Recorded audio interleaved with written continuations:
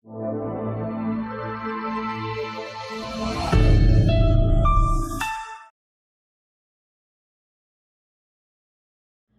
dear students, how are you all? I hope you all are good. So student, I am your host and mentor Meera Sharma. तो आज हम start करने जा रहे हैं वाणी पब्लिशर्स की ग्रामर चैंपियंस ग्रेड 6. तो आइए स्टूडेंट्स, अब हम पढ़ने जा रहे हैं चैप्टर नंबर 1, जिसका टाइटल है अनसीन पैसेज, यानी कि अपठित गद्यांश. निम्न पैराग्राफ को पढ़कर नीचे दिए गए प्रश्नों के उत्तर दीजिए. तो अनसीन पैसेज क्या होता है बच्चों? आपको एक पैराग्राफ दे दिया जाता है, आपको उसको रीड करना होता है, फिर उससे रिलेटेड जो भी क्वेश्चन आंसर्स होते हैं उनको आपको आंसर करना होता है. तो यहाँ पर आपको एक पैराग्राफ दिया गया है. निम्न पैराग्राफ को पढ़कर नीचे दिए गए प्रश्नों के उत्तर लिखिए. तो Lucknow is the capital of Uttar Pradesh. It is very beautiful city.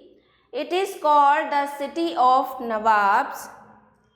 There are many places worth seeing. Here is also the legislative council house of UP. This city is situated on the bank of river Gomti. It is a centre of education.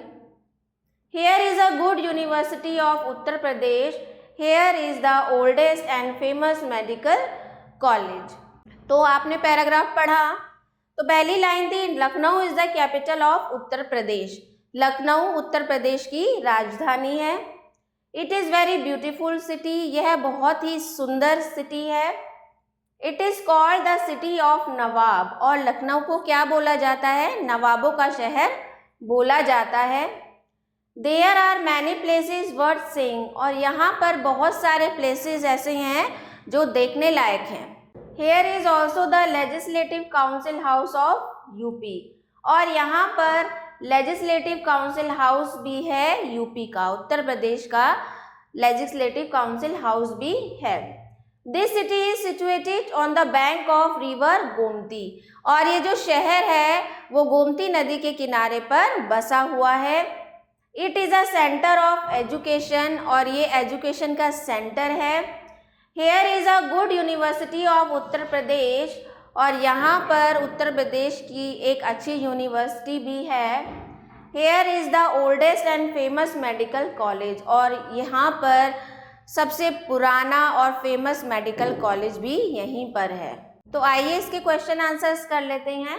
What is the capital of Uttar Pradesh? So, Lucknow is the capital of Uttar Pradesh. What is called the city of Nawab? So, Lucknow is called the city of Nawab. Question number 3 है, where is center of education? So, on the bank of river Gomti, center of education is on the bank of river Gomti. Next is which river is in Lucknow? Lucknow में कौन सी river है? So Gomti river is in Lucknow. Next है आपका where is the oldest and famous medical college? तो सबसे पुराना और famous medical college कहाँ पर है? तो वो कहाँ पर है? लखनऊ में है. नेक्स्ट आपका पैराग्राफ है, Kashmir is called the Switzerland of India because it is gifted with beautiful and natural scenery as in Switzerland in Europe. The scenery is so beautiful that the visitors from all over the world are attracted to see it. Jhelum flows through its valley called the Vale of Kashmir, renowned throughout the world for its beauty. The air of the Vale of Kashmir is sweet with the many miles of roses grown for making attar of roses, the most costly perfume of the world. Goats are reared on the airy mountains of Kashmir and valuable shawls are made of their wool. So, हमने पढ़ा paragraph, Kashmir is called the Switzerland of India. Kashmir को भारत का Switzerland कहा जाता है because it is gifted with beautiful and natural scenery as in Switzerland in Europe. तो क्यों कहा जाता है स्विट्जरलैंड इंडिया का? क्योंकि जो कश्मीर की जो ब्यूटी है, जो सीनरीज हैं, वो कुछ कुछ रिजेंबल करते हैं स्विट्जरलैंड से। The scenery is so beautiful that visitors from all over the world are attracted to see it. और सीनरीज इतनी अच्छी हैं कि पूरी दुनिया से विजिटर्स उसको देखने के लिए आते हैं। यहाँ के नज़ारे इतने सुंदर हैं। Jhelum flows through it's valley called the well of Kashmir. और इसकी घाटी से झेलम नदी बहती है जिसको वेल ऑफ कश्मीर कहा जाता है। Renowned through out the world for its beauty. और ये जो नदी है, जो झेलम है, वो पूरे वर्ल्ड में जानी जाती है उसकी ब्यूटी के लिए। The air of well of Kashmir is sweet with the many miles of roses grown for making अचार ऑफ रोजेज। और जो वेल, जहाँ पर वेल घाटी है, वहाँ की जो हवा है वो इतनी मधुर है, इतनी अच्छी है कि वहाँ पर मीलों मीलों तक आपको रोजेस के, फ्लावर्स के गार्डन देखने के लिए मिल जाएंगे। The most costly perfume of the world. So वहाँ पर जो रोजेस के गार्डन हैं, जो वेल, जो आपका झेलम वैली के पास जो वहाँ पर रोजेस के गार्डन है, वहाँ के जो रोजेस है उससे सबसे महंगे कॉस्टली परफ्यूम बनाए जाते हैं। Goats are rare on the airy mountains of Kashmir. जो कश्मीर के एरी माउंटेन्स है वहाँ पर गोट्स को पाला जाता है। And valuable shawls are made of their wool. और उनके ऊन से बहुत ही कीमती शॉल्स बनाए जाते हैं। तो अब यहाँ पे क्वेश्चन आंसर्स हैं। Why has Kashmir been called the Switzerland of India. Kashmir को इंडिया का स्विट्जरलैंड क्यों कहा जाता है? Because it is gifted with beautiful and natural scenery as in Switzerland in Europe. Next question है, why do visitors come from all over the world attracted to Kashmir? So the scenery of Kashmir is so beautiful, so the visitor from all over the world are attracted to see it. The Vale of Kashmir is famous for many roses grown there in this valley. So and most costly perfume were made from these roses. तो उन roses से perfume बनाया जाता है। तो well जो of Kashmir इसीलिए famous है, वहाँ पर बहुत बड़ी क्वांटिटी में रोजेस उगाए जाते हैं। Give a suitable title to the above passage. So what will the suitable title for this paragraph? Maybe it's Switzerland of India. तो इस तरह से आपको पैराग्राफ को अच्छे से रीड करना है। Then you have to answer the questions.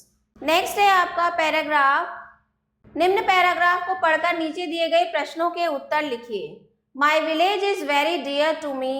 मेरा गांव मुझे बहुत प्यारा है। I love my village because it is my village. मुझे अपना गांव बहुत प्यारा है क्योंकि वह मेरा गांव है। I belong to it. मैं वहाँ से बिलोंग करता हूँ। This sense of belongingness gives a special status to my village.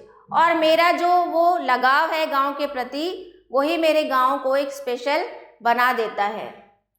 It is like a large joint family. और मेरा जो विलेज है वो एक बहुत बड़ी जॉइंट फैमिली के समान है।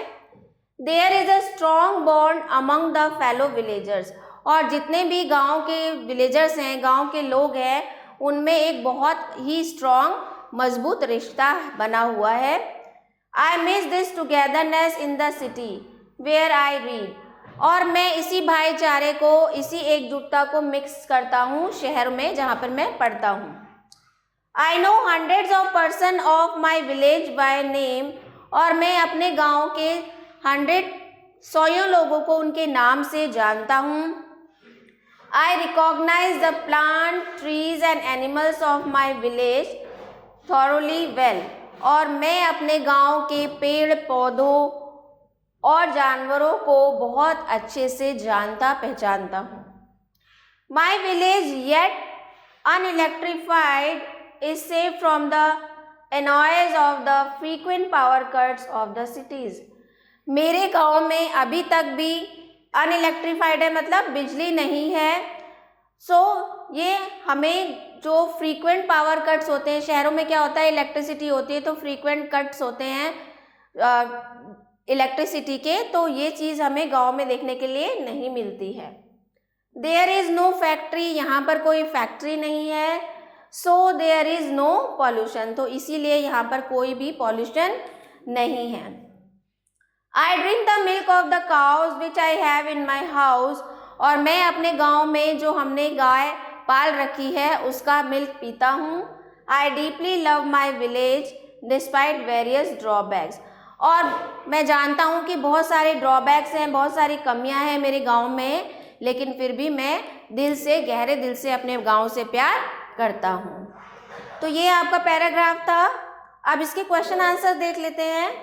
Question number 1 is why do you love your village, तो तुम अपने गांव से क्यों प्यार करते हो।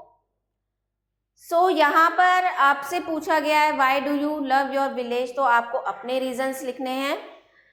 What are the advantage of a village life, so the advantage of village life is or the life of village is very pollution free, we get fresh milk, fresh environment, fresh air in village. So give a suitable title to above passage, तो इसमें आपको जो भी suitable title आपको लगता है कि आपको देना चाहिए तो वो आप इसको दे सकते हैं। तो ये था आपका पैराग्राफ राइटिंग अनसीन पैसेज, जो एग्जाम्स में आते हैं, आपको इनको थॉरली रीड करना होता है और उसके बाद क्वेश्चन आंसर का आंसर करना होता है, तो इसी तरह से आप इनको कर सकते हैं। सो आई होप स्टूडेंट्स आपको अच्छे से चैप्टर समझ में आया होगा। तो मिलते हैं नेक्स्ट वीडियो में। आभार।